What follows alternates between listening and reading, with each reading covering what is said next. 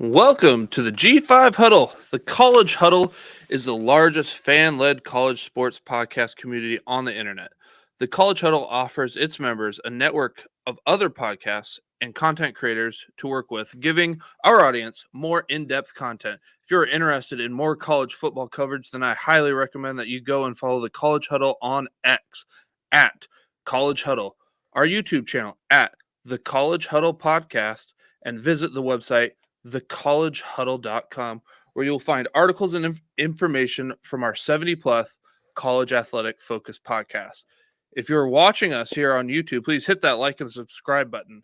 And if you're listening to us in podcast form, please leave us a rate and review. I am Luke, and I am joined by my co-host Justice, and we are excited to be back and bringing you the G5 college football content you love each and every week.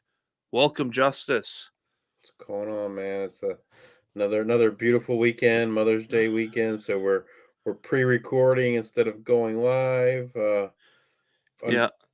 I don't know, fortunately or unfortunately for me, my wife's left to go out of town for a week today, so I don't have any big plans tomorrow. But I'm sure you do, Luke. Yes, I got plans. It's crazy because we got Mother's Day this weekend, and then my wife's birthday next weekend, and then our anniversary the following weekend. And I thought Triple whammy, man. that I was like, one present all in one. Turns Yeah, out not no, how it no, works. it's not gonna work. No, not how it works at all. So got to do some stuff, taking her out to a brunch type thing tomorrow. Uh, kids have all their like cute kid stuff that they did at school. I've got all that put together. I've got to like IKEA the crap out of this thing I bought tonight. So that's one thing I'll be doing. But yeah, May is a very, very busy month. But I'm happy to be here talking some G5 college football with you today. Absolutely, a lot of exciting news, I guess you could say, in the G5 landscape over the last week. The transfer portal did close. There weren't any last second entries from a G5 perspective, but there were certainly a lot of portal commitments this week. Most of them we're just going to kind of roll through them, and then a couple of them we'll stop and discuss because they feel like much bigger deals. Um, Linebacker Jaden McDonald leaving Indiana to go to Connecticut. Cornerback Andre Selden going from TCU to Utah State. Last, I don't know, I feel like the last 2 or 3 episodes, we've just been constantly talking about all the losses that Utah State has taken. Well, they finally get a win here, and cornerback Andre Selden from TCU. Defensive lineman Bishop Thomas going from Colorado to Georgia State. Georgia State's been one of the most active, I feel like, G5 teams in the transfer portal recently, with Del McGee doing a lot of recruiting and fundraising and all that kind of stuff for Georgia State. Yeah, it's like Utah State's been one of those teams that's been ravaged, and Georgia State will see what it comes together, but like they've been bringing in a lot of guys. Absolutely. Linebacker Donovan Stevens going from Oklahoma State to Bowling Green. Quarterback RJ Martinez, Baylor to Texas State. That just really feels like a depth move. Yep. Um, clearly Jordan McLeod is the starter there this year. I don't know a lot I about think Martinez, but I feel like PJ Hatter, I feel like they were. I mean, I don't know they wanted to start him this year, but I feel like they're pretty happy with him. So kind of interesting to see what will happen next year between Martinez and Hatter for that Texas State job. it's almost like it doesn't really matter for next year. Just get as many people on, and hopefully somebody sticks. Because if you don't Yeah, I have that mean, you're depth and absolutely right. somebody That's leaves, kind of then how like, you have oh, to we don't think have about it. anything. Sure. But then sometimes you're more, maybe you're more desirable if you don't have depth, and then you can Well, get and somebody. I don't GJ know. Kinney might not even be there next year, so he Yeah. might win the Sun Belt, go to the college football playoff, and adios, amigos. So Yeah. it really won't, PJ Hatter or Martinez, I guess, could follow him to wherever he goes. But quarterback CJ Tiller, we talked about him last week. Um, true freshman last year at Boise State, looked good. I mean, unfortunately, had to play UCLA in a bowl game, but considering it was his first start, I thought he handled himself well, and he commits to Utah State, and that's super interesting because Utah State lost McKay Hillstead, they lost Cooper Lega, um, they brought in oh god, Spencer Spencer Petras. Petras and Bryson Barnes from Utah, and at the end of the day, I would argue that Boise State won, right? I know they were down about losing McKay Hillstead because he was kind of like what they saw. Utah State won. Yeah, yeah, yeah. Sorry, did I say Yeah. what did I say? Boise State. Yeah. Yeah. Yeah, Utah State won. Because they were so excited about McKay Hillstead, being kind of the quarterback of the future, and he up and leaves, and they basically swapped McKay Hillstead for CJ Tiller. And I almost leaned that they got the better end of that deal. Um, at the very least, I feel like it's at least break even, right? So that pretty exciting there for Utah State to pull someone of Tiller's caliber in, and he'll get to play Boise State every year, so he'll get to show them what they're missing.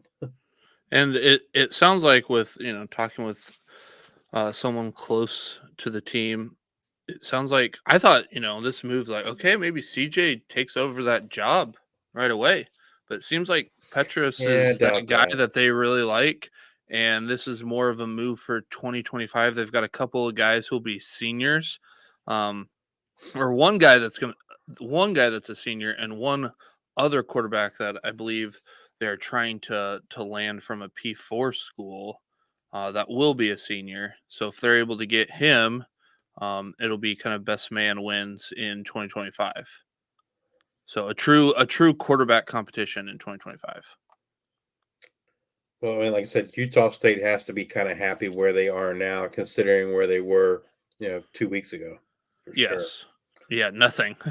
Yeah. Wide receiver EJ Horton leaves West Virginia to go to Florida Atlantic.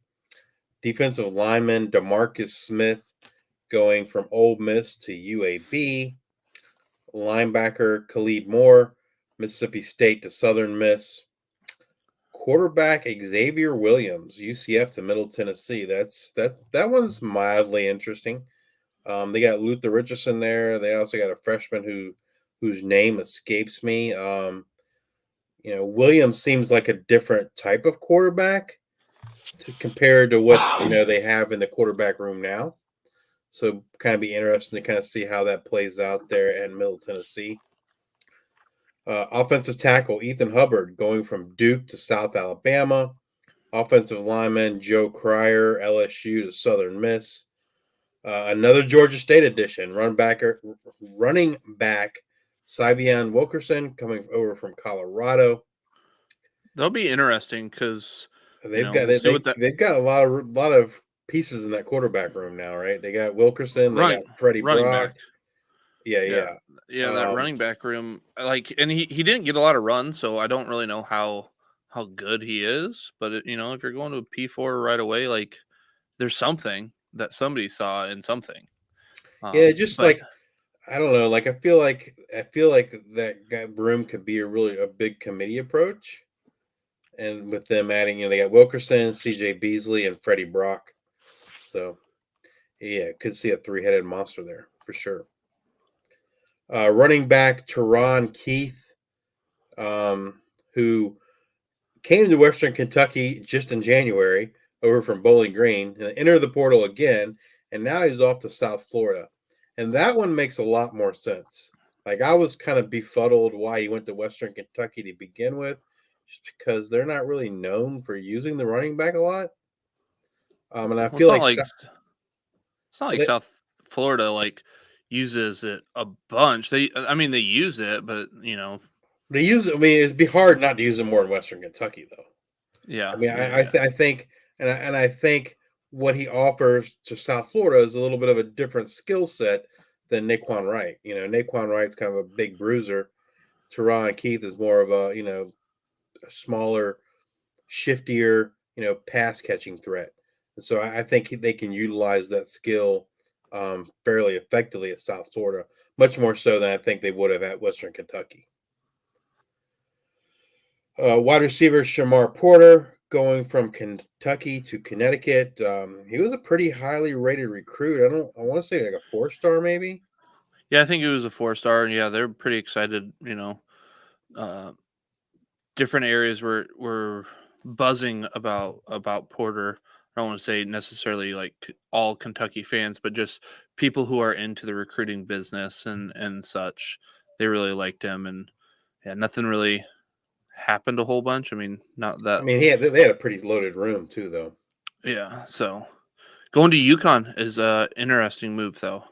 It Um, is because UConn's not generally a high passing team, but maybe that'll yeah, change. This next one to me is like kind of sneaky, very under the radar, and I really like it. Running back Braden Sloan going from Eastern Kentucky to Ball State.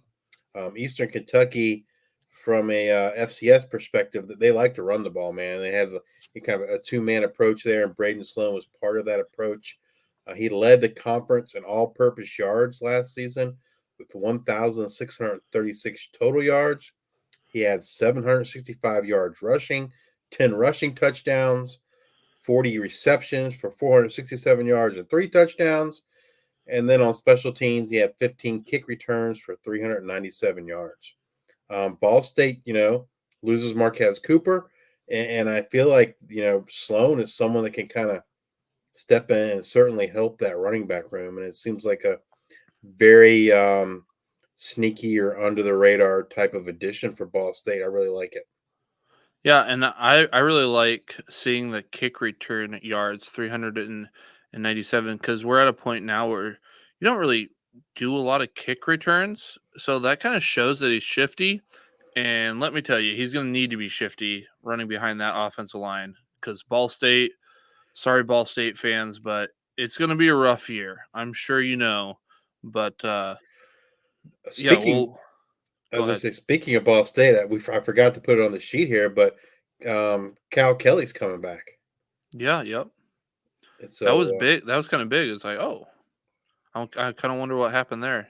yeah, I don't know, but yeah, he's coming back. I mean, the fact that he left, I think most people kind of assumed this already, that he kind of told you that Caden Simonza's the starter there, but you never know. Like last year, they needed Kelly, and he led them to the he led them to were they in, did they make it to the MAC championship game?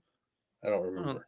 I don't think so. No, I it was think Miami. I get them and Miami. Miami confused sometimes. Yeah. I don't Um, think Ball State won many games last year. but he came in, and so maybe he's okay with going back and being the backup. We'll see. Kentucky loses another wide receiver, Ardell Banks, off to Kent State. Luke's favorite, Yes, Reese Mooney, left Liberty in January, or left Liberty in December, went to North Texas in January, and has now left North Texas and has gone to UL Monroe. I think based off of that quarterback room, I think you got to learn a whole new system. But there's a chance that he might win that job based off what they need. Typically, UL Monroe is a I don't know, quarterback's going to throw for like 1,200 yards total. Like they're gonna run the ball a lot, and I do like Reese Mooney's mobility, but I think he might be the best passer. Other thing to note, I believe I could be wrong. I think he's a pitcher. Either way, he plays baseball and he's Plays pretty good. baseball too, yeah. He's also going to go play baseball at UL Monroe, and that's going to be another part of it. So, but yeah, I think he has a chance. I think UL Monroe had like 2 wins last year, 1 win last year, something like And they that. may struggle to get that again this year. So Yeah, so they I think he's definitely got a need chance. talent. Worst case, he doesn't get the job right away and we see him middle of the season. I definitely believe we see Reese Mooney here in 2024. Wide receiver Josh Cobbs going from Houston to South Florida. Cobbs, I guess, really made a name for himself when he was at Wyoming. He left Wyoming and he had another stop before Houston. I want to say it was like Arizona State, maybe, or I I don't don't remember. remember. It was. I think it was a P4 team. He didn't do anything there. Went to Houston. Hasn't done much at Houston, and now he's off to South Florida. Um, kind of see what he can do there. Could be kind of interesting in that South Florida offense if he can kind of break into that rotation. Wide receiver Armani Winfield, another fairly highly recruited guy, went to Baylor, and he is off to Colorado State. They lost Justice Ross Simmons in this portal cycle to Syracuse. They needed some more wide receivers for that room, and I think they got a good one, right? I mean, and Winfield's a younger guy. Torrey Horton is done after this year. They have Donovan Ollie. I believe this is his last year of eligibility. I'm not sure how many years Dylan Goffney still has, I do not know. I'll look but that up. but I would imagine like at tops like he has 2 years left this year and next year, but he could be done after this year too. So, Armani Winfield could kind of step into a prime time role there in 2025 with Colorado State with all the upperclassmen moving on.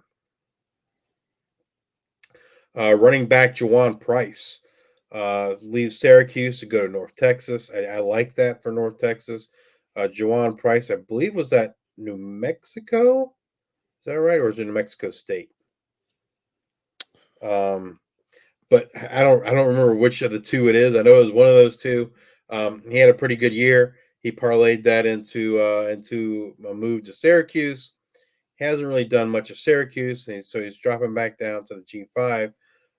Going to North Texas, and that we talked with Brett Vito, the North Texas beat reporter, a couple weeks ago on our other show, the G5 Hive, and running back was somewhere we felt they could use some more depth, right? Because the They got guys banged up. They were banged up, yeah, and on their Zach wide Evans was receivers.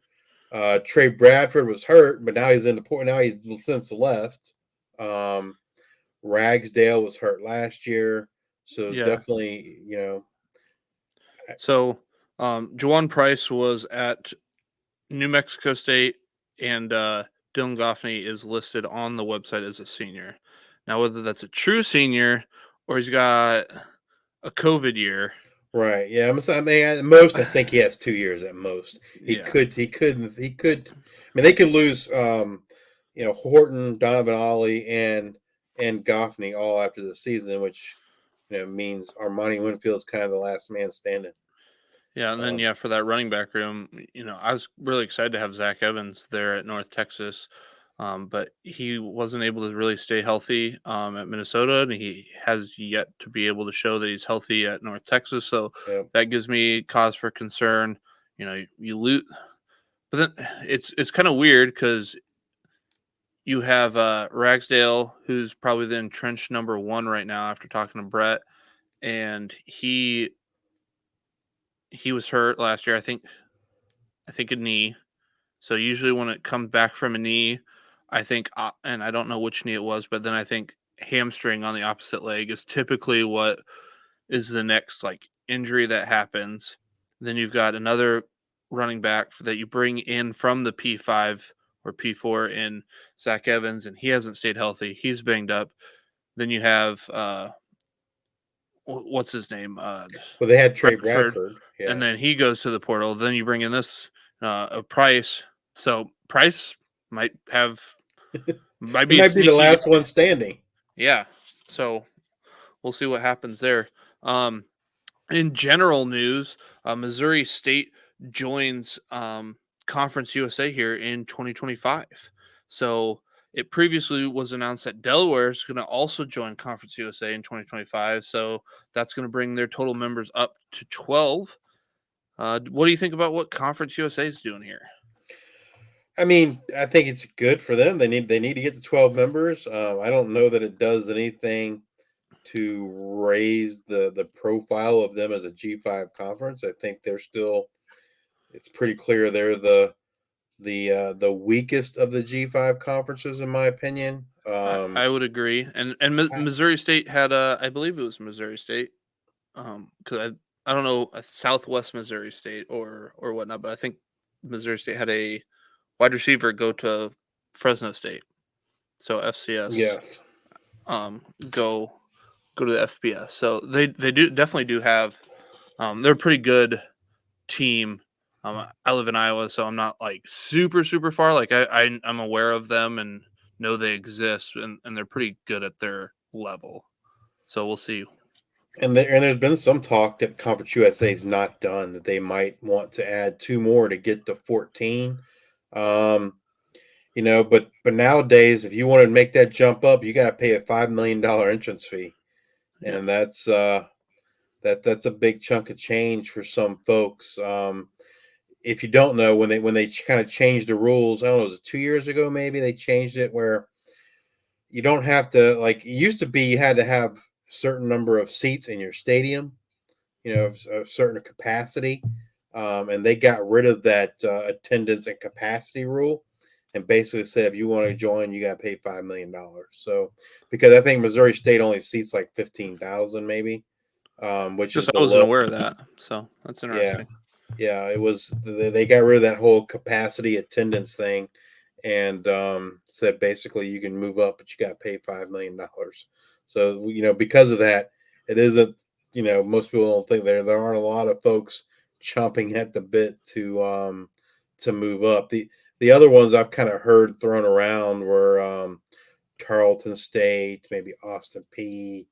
I can see Um, Austin P. Stephen F. Austin, also Yep. in Texas. Those are kind of the names I've kind of heard. Eastern Kentucky was another one.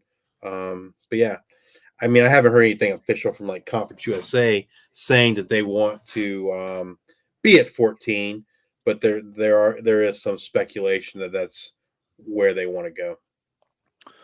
All right. Well, let's get into our main topic today. We want to talk about G5 only playoffs. Um, so there was an article here by in the Idaho Statesman. Do you know who wrote that article, Justice? Um, I don't think it was our boy Ron. no, it wasn't Ron. It was. Oh yeah, it was Ron. It was It Ron. It was was Ron. all Yep. right. It was our boy Ron. Um, and it talked about just having this G5 only playoff and having a what you call it, run it, fund the money for it. What are they? Private equity. Private equity. And I just absolutely hated it, like that idea, because it talked about to get to get it done. There's all these hoops to jump through on. Okay, well we'll have to redo TV deals. Um, I think we're gonna have to redo the regionality of the uh, the schools, which I love that, because when you think about the G5, and if you've got a lot of these teams that don't have the money that the P4s have, except for like Liberty, and now maybe Memphis with their FedEx money, but it costs a lot of money to travel. Not only foot like we focus on football, but you've got Well, the problem other is you got to teams. fly the soccer team and the Yeah, lacrosse team and and the when you think the of like swimming team or whatever.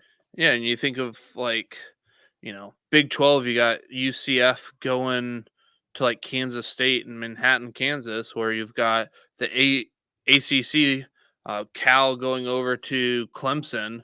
Like, you got to do that for all your sports. That adds up. So I like the regionality part of that.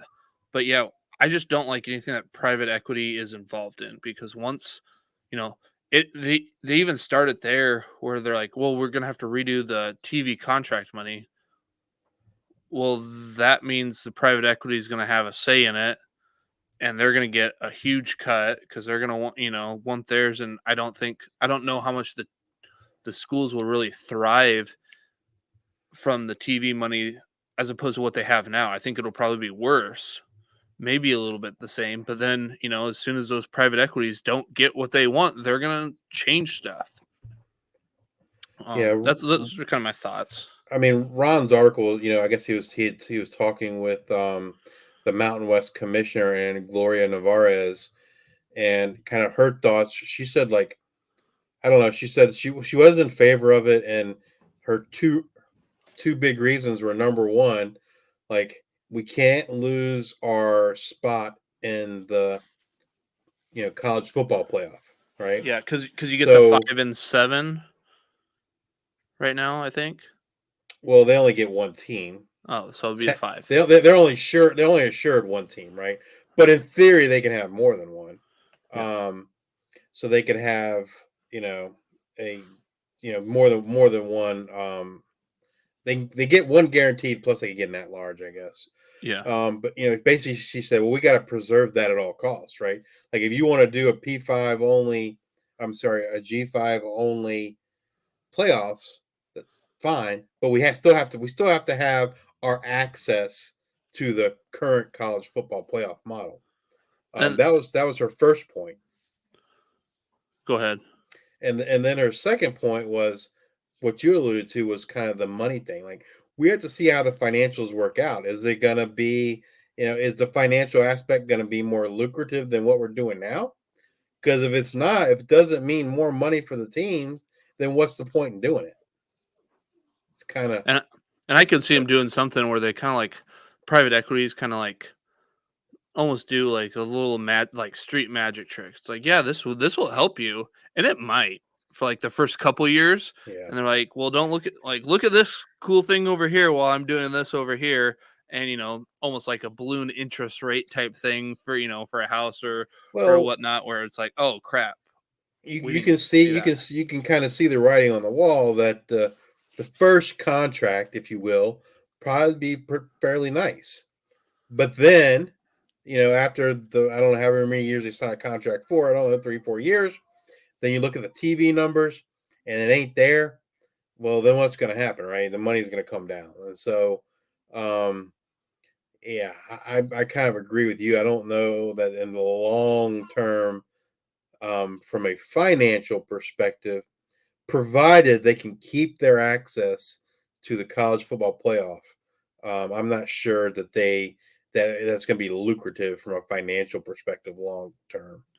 And then this kinda goes into another, uh, article that came out was a G5 only top 25 poll, and even in parts of that, I mean, it talked about having a G5 only playoff and how it would be good, and it's going to bring in more viewers. Sorry, I got my kid yelling. I don't know if you can hear that. Um, Yeah. that it's going to bring in more viewers because be like, oh, it's number one Boise State versus number two UC or USF. You know, people are going to want to see the one versus two, and I don't think that's the case. Because like they do that in like the FCS already, and I don't pay more attention to the FCS. Yeah, I mean, I think that there's kind of another school of thought here, and Derek Dooley is kind of the one championing the cause for the top 25 G5 only poll. Um, there's kind of two schools of thought. I guess the one school of thought is kind of like the Mountain West Commissioner Gloria Navarez saying, "Hey, no, we want what we have now because that's we need that access." The other school of thought is where some other folks are thinking that, hey, at some point in time, it's inevitable that the Big Ten and the SEC are going to leave and do their own thing, right? And so at that point, what's going to happen? Well, hey, we as the G5 should get out in front of that. We should be establishing those game rules, the mode of operation once the Big Ten and the SEC say, "Sayonara, we're doing our own thing," and that's the flip side of some of these other G5s. And I think that's kind of what's driving this discussion, is they're saying, "Hey, we get out in front of this, we establish what the next thing is going to be, and then you have the ACC and the Big 12. What's left of them that don't get the invites to the Big 10 and the SEC, then they're going to have to come with us, and we're the ones calling the shot now. So that they're thinking this is a chance for them to kind of flip the roles there in terms of power, from the Power Four to them once the Big 12, Big 10, and the SEC kind of leave and do their own thing. So in that, top 25 poll, Justice and I decided to put together our own way too early top 5, but we kind of came at it from different angles. So uh, Justice is going to provide his top 5 first, and Justice, tell us and the listeners how you kind of attacked this top 5. So if I had a votes today, I was voting as my belief in the teams as of today, right? I did not necessarily take into schedule into account. Um, if I Even if I would have, like, I still feel like today these are the best teams today. And some of these teams may have easier schedules at the end of the year. Some of these teams may have a better record. But today I don't feel like they're, quote, the better team.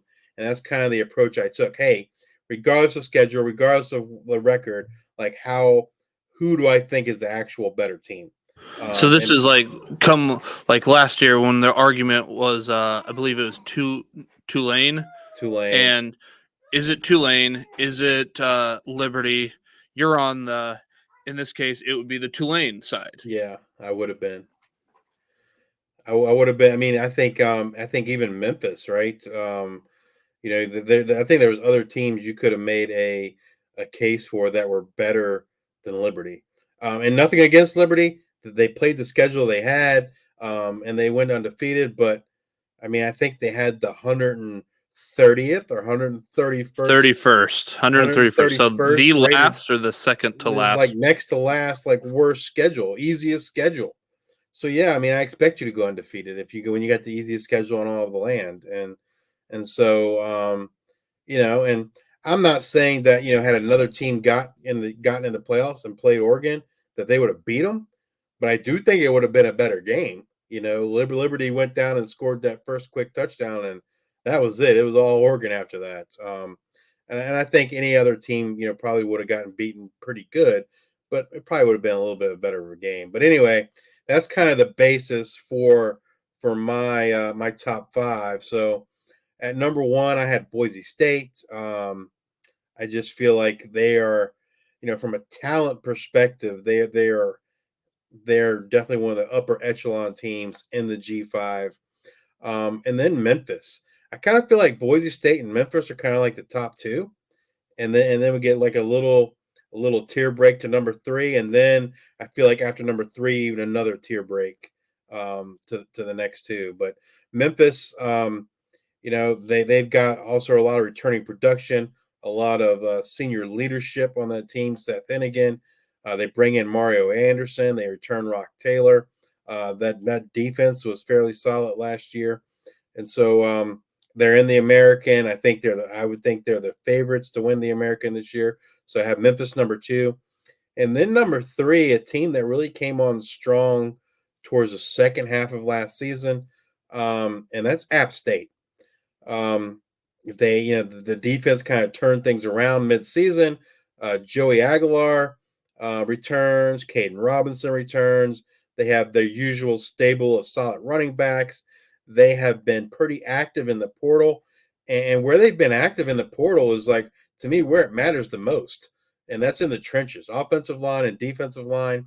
So I feel like App State's the front runner to win the Sun Belt, and I feel like the Sun Belt from top to bottom is the toughest conference in the G5, and so therefore you got to include the favorite to win the conference here in the top 5. Number 4, I have Liberty, and like I said, I feel like Liberty is definitely, like, a step below App State, and of course Memphis and Boise State. Liberty plays in Conference USA. They are a talented team, but they don't really play anybody. I think Luke mentioned pre-show that their toughest game this year will be against App State, and so we'll see how they do against App State. But Liberty, yeah, I have no problem including them in my top 5. I just don't think they're on par with those top 3 teams. And then we get to number 5, and this is where things I think get a little bit interesting, and there's definitely some projection here. And so at number 5, I put South Florida. I like what Alex Golish is doing down there in South Florida, and the offense. He's going to have that offense rolling. Their schedule is a little bit on the tough side, but I think they can kind of take that next step, next jump in the American. And so I kind of have South Florida as number 5, and then honorable mention. Hold on, Justice. I gotta stop you. South Florida number 5. Their schedule is kind of tough. I didn't look at their schedule. I didn't put that in. Well, it is kind of tough. What are we talking about here? They do play Alabama. They play Alabama, and they play Miami, Tulane, Memphis. They do have a tough schedule, but you said schedule doesn't play a part of this. So no. So I don't want to hear. And that's why they're number 5, because they looked at the schedule, they wouldn't even be number 5. Okay. I like, from a talent perspective, I like South Florida. I think the offense will take another step forward. And I expect them to be one of the top 2 or 3 teams in the American. And then my honorable mention team that just missed. This is a team I really like, and I didn't look at their schedule, so I couldn't really tell you who they play out of conference. But Texas State. I expect Texas State to win the Sun Belt West and play App State in the Sun Belt Championship. And again, I feel like Sun Belt's the toughest conference, and they would be my number 2 team in the Sun Belt. So they're kind of my honorable mention. All right. So I came at it from a different standpoint of kind of looking at I went through each conference and picked like who my top like 2-3 teams are based off of kind of like what you said, like who do I feel is that best team on paper right now, and maybe has that depth that can afford a couple injuries. So I put those teams down, and then I went through and I looked at their schedule, and I'm like, okay, well, based off of this, realistically, what are we kind of looking at here? So first, I'll kind of just talk about the schedule, or for the teams. I mean, so like in the American, my top 3 teams, I have like Memphis, USF, and Tulane in some order. I kind of like those teams. Conference USA, I put Liberty. That's kind of all I really needed to put. The MAC was kind of interesting. This might be the return of the MAC that we've been wanting for the last 2 years. I think there's a lot of really interesting teams here. Miami of Ohio has a lot coming back. NIU has a lot coming back. Toledo, out of respect of Toledo, like just always seems to figure it out and be good. They're all right. And then Eastern Michigan is kind of like a dark horse over there, has a lot returning. And then they have, what's his name? Former Buffalo quarterback coming over there that they really like. Justice, do you remember who that is? For Cole Snyder. Cole Snyder. And they really like him come. So like Eastern Michigan could be this dark horse there in the MAC. And then Sun Belt, I have Texas State and App State, and then Mountain West, Boise. I put down UNLV, and then kind of like, and it was a gut feel. I'm like Wyoming. I kind of like stuff that they got Savoda over there that's throwing the ball pretty well and he's mobile. I just there's something about Wyoming that I like. So I put my gut. I kind of like those 3 teams. So then I start looking. Go back to your MAC. So it was Eastern Michigan, Toledo. Was that the only 2?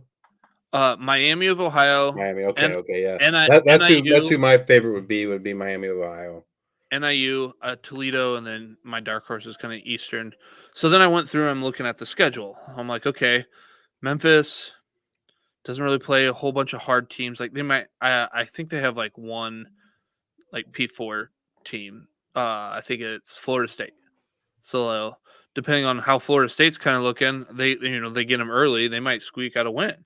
But yeah, then USF, you got Alabama, Miami, Tulane, and Memphis. Tulane plays Kansas State and Oklahoma. Liberty play at App State. App State plays at Clemson. Texas State plays at Arizona State, which that team looks a lot different. Might be able to squeak a win out of there. The Mountain West, you can just say Oregon State or Washington State. Pick your choosing. That's kind of what they play. Boise State plays at Georgia Southern, so that'll be an interesting game early in the year. But then you look at the MAC and Miami of Ohio, like they're gonna look record wise probably not great, but it's like they play Northwestern. We'll see how that goes. Cincinnati, Notre Dame, NIU plays only Notre Dame. So NIU might have a better record than Miami of Ohio, but Miami might be marginally a better team. We'll kind of see. I didn't really take too look at Toledo is one of the last teams I got to, and after I went through everything, I'm like, I'm not going to look at. They got a lot of stuff to figure out still, but I don't think they'll be too bad. They'll figure it out. And then Eastern Michigan, they play Washington, which that team's going to look different, and then Jacksonville State. So, okay, again, record wise, it's almost like the Louisville last year goes to ACC championship, and maybe they weren't probably the best team, but Right. they had that record that lined up. So, out of all that, that's a long-winded way to get to my top five, but I wanted to give the process behind it. So my top five, how things end up after the schedule, games are played, end of 2024. I got Liberty number one based off the schedule. Memphis is number two. Then I went with Boise at three. I could have gone App State because on paper, I think App State is better right now. Sorry, my daughter has found my glasses apparently. Pretty cool. So then we've got Boise State on paper talent wise. Now, can they put it all together? That's what we want to know. Can we put it all together and get things jiving? If they can get it jiving, Boise State would go up. But like right now, we've kind of seen it from Liberty. Memphis has, like you said, a lot returning. We've seen it. They can do it again. Got, same OC, same head coach, same quarterback. That's all important. But yeah, so Liberty, Memphis, Boise State, then App State, and then I put Texas State because Texas State just has Arizona State, and I like their chances to win that game. We'll see. You got Sam Levitt. Looks like he's gonna lead the charge there, but I'd say just missing it is pretty much the MAC. Like, if you wanted to put at the end of the day, is Miami of Ohio or NIU better than Texas State? Maybe. They might be better than Texas State, by the end of the year. Going through like Notre Dame and Cincinnati's and that. Tulane seem really interesting. I put them as just missing because we have, they get that whole new coaching staff comes over from Troy. New quarterback. No quarterback. There's a lot of things going on, but then being in Louisiana, they sound like they've had a lot of people trying to like grab players from them, and they've kept them. So there's money floating around there in Tulsa or in Tulane, and we'll get to chance to talk to him in our G5 Hive series at G5 Hive on X, but they seem interesting that players are staying because of a lot of money or what they see. So there's something there. I don't know what it is. So I have them just missing. But if they, were to end up being in the top five in that G5, like that would not totally surprise me. They're kind of like maybe a dollar store version right now of Boise Memphis State. or Boise, yeah. Boise State, because Boise State brought in a lot of transfers, but they got Malachi Nelson, Chris Marshall, Chris Marshall. Yeah, like they got some dudes. The other, so that's kind of what I would say. So that's my top five. No, I like it. I mean, I don't. At this point, I really can't argue with you. I mean, the folks that do the college football play, or I guess the BCS, whatever you want to call it, kind of showed last year that the record's more important than who necessarily the better team. And so I can't argue that Liberty is likely once again to have the best record. But I don't think they will be the actual best team on the field. And then like Tulane, the other thing too, you think of like the whole Florida State thing. You've got they bring in, was it Ty Thompson from Oregon, right? Mario Williams and no, that's Memphis. No. Did I say Mario? Oh yeah, Mario Williams from USC. From USC. Yep. And then they brought in a receiver from Shaz Preston from Preston from Alabama. Alabama, and then you also have is it Kai? Kai I'm trying to think. Horton. Kai Horton that entered the transfer portal and then came back. Like they might have, depending on how Thompson looks, they might have one of the better like quarterback rooms. They Maybe you could. say, I mean, maybe say, we're Boise hanging State our will hat be pretty on good. That Ty Thompson was a Yeah, high recruit. yeah. Certainly So haven't seen it on the field yet. yeah, so that somebody goes down. It's like But you we can say we the same saw for Malachi Nelson. So yeah we saw Kai last year and he did pretty well in limited time that he did see the field, and we definitely like Mekhi Hughes there, the running back. yeah, So and they've said they're going to feed him, which is great news, right? He's a good running back and could be the next Tulane running back to get drafted by the NFL. all right, if you are looking for more G5 college content, please check out our lineup of teams over at the College Huddle. They have articles, podcasts, YouTube shows, and plenty more of content for the G5 college football fans. And if after all that you still want more G5 college football content, we encourage you to check out our other G5 college football show, the G5 Hive, at G5 Hive on X. We are currently producing our Worker Bee series where we deep dive into the landscape of G5 college football teams with the folks that know the teams the best. We interview beat reporters, super fans, school podcasts, and even student reporters, and sometimes the play-by-play guy to get all the skinny on the G5 teams they cover. Several episodes are available now on the G5 Hive YouTube channel and in podcast form on Apple Podcasts and Spotify. This past week, we released episodes covering the Middle Tennessee Blue Raiders, the UTEP Miners, and the South Alabama Jaguars. If you are watching on YouTube, please hit that like and subscribe button. And if you are listening to us in podcast form, please leave a rate and review.